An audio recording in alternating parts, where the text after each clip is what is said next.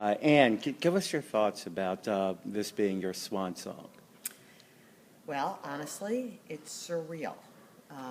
I've tried to be in the moment and not think ahead to my next chapter.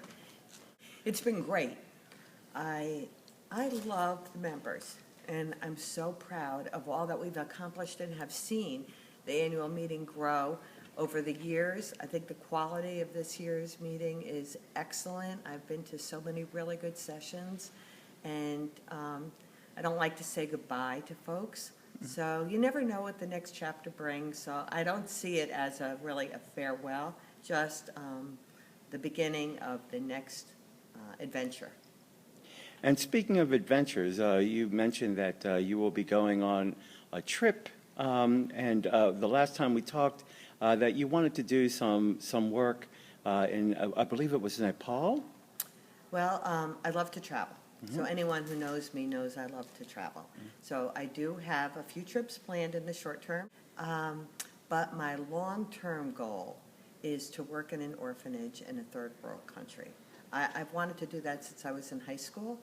I remember I went to an all-girls high school, and I remember meeting with the guidance counselor, and she said, "Oh, there are no orphanages." Well, there are orphanages. And so I haven't really figured out where I want to go. Kathmandu is definitely on the list. My husband and I went to Nepal about 20 years ago, and we absolutely loved it and loved the people. So I always want to give back. And I started my working career as a kindergarten teacher, and I taught 6-year-olds for 6 years, and I absolutely loved it. So I think I will end my working career, again, working with young children. And I haven't figured out where, and I haven't figured out when, but it will happen. And I've known you for as long as I've been in the association space. And can you tell us what it was about teaching and helping association professionals learn about their management skills that kept you vibrant about your job? I think we've really made a difference in so many people's lives, and you don't realize it. I don't realize it at the time, but you cannot imagine how many people have come up to me, especially at this meeting, to thank me for inspiring them, for helping build their career, for being a risk taker, and always trying to be innovative and being a model, and really helping ASAE model great ideas so that our members can take them back and excel in their own jobs. Do you have a favorite memory? God, I've had a fantastic career. I think I'm most proud of the Great Ideas Conference.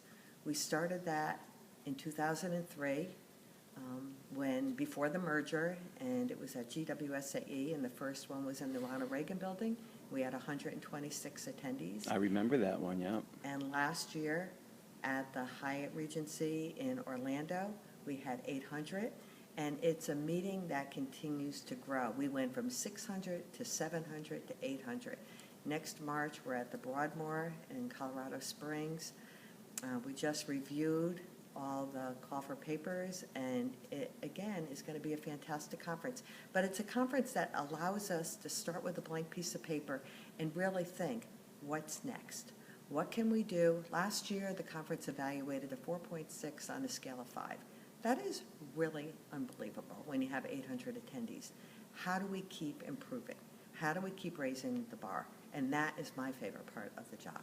And that brings me to my next question. How over the years have you been able to maintain your verve for this job? And it always seems that you're always innovating, and that reflects in the meetings that you prepare. I have to say, I'm so appreciative to John Graham and to Susan Robertson for giving me the autonomy, the authority, and the accountability to run ASAE University and to develop it, so we have free reign. So I have a great staff, and we work with a lot of volunteers, and the question is, what do we do next? how do we keep improving? Okay, we did that last year. That's status quo. We are never happy with status quo. Mm-hmm. We keep raising the bar, and that is what gives me my energy. Tell me about your relationship with your staff and how you're going to make that final break. I am really, I'm going to miss them.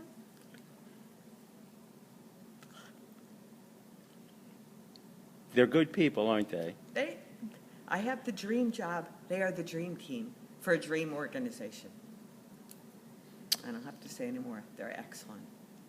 And do you feel that they will continue your work in the Yeah, same vein? Totally. Mhm. Totally, and I feel very good about the new hire, my successor, Rhonda Payne. I've only met her this past week. I think she's going to be a great hire, and I'm sure she will continue to build on what we've developed and bring it to the next level. And just your reflections on the association community and the They are people the that best. you've known. It's the best. Mhm. They are the best people. I mean, it's a wonderful community. You know, last night at the Classic, Lionel Richie, and it's like, really, is this not the best group of folks, you know, with so much energy and passion and enthusiasm and commitment, and I've just thoroughly enjoyed my 32 years in the profession. And do you want to stay somehow involved?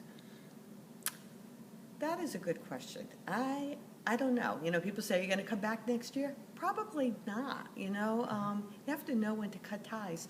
Although, maybe I'll do a session on retirement planning, Yeah. because nobody talks about the emotional decision. I think people treat retirement planning very lightly, and I was having a conversation yesterday with one of our members who's also kind of in the same place I am, and he said, you are totally right. And I think people talk a lot about the financial aspects of retirement planning, but how do you, it becomes part of your identity if you've been in the profession a long time. So how do you deal with that? I think, I'm not sure I have the answers, but I think it's a good conversation.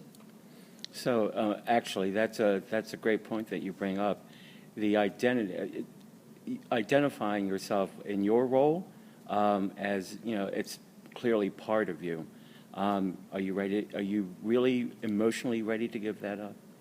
Well, I always thought if I did an Ignite session, it would be, I am more than my business card. So I do have a lot of interests. I have a lot of friends. I have a great family. And so I think once it's behind me, I don't know if you can ever totally give it up. It's been such an integral part of my life. But I think I can move on to the next. And your parting message to your colleagues, to your friends, and to the community in general?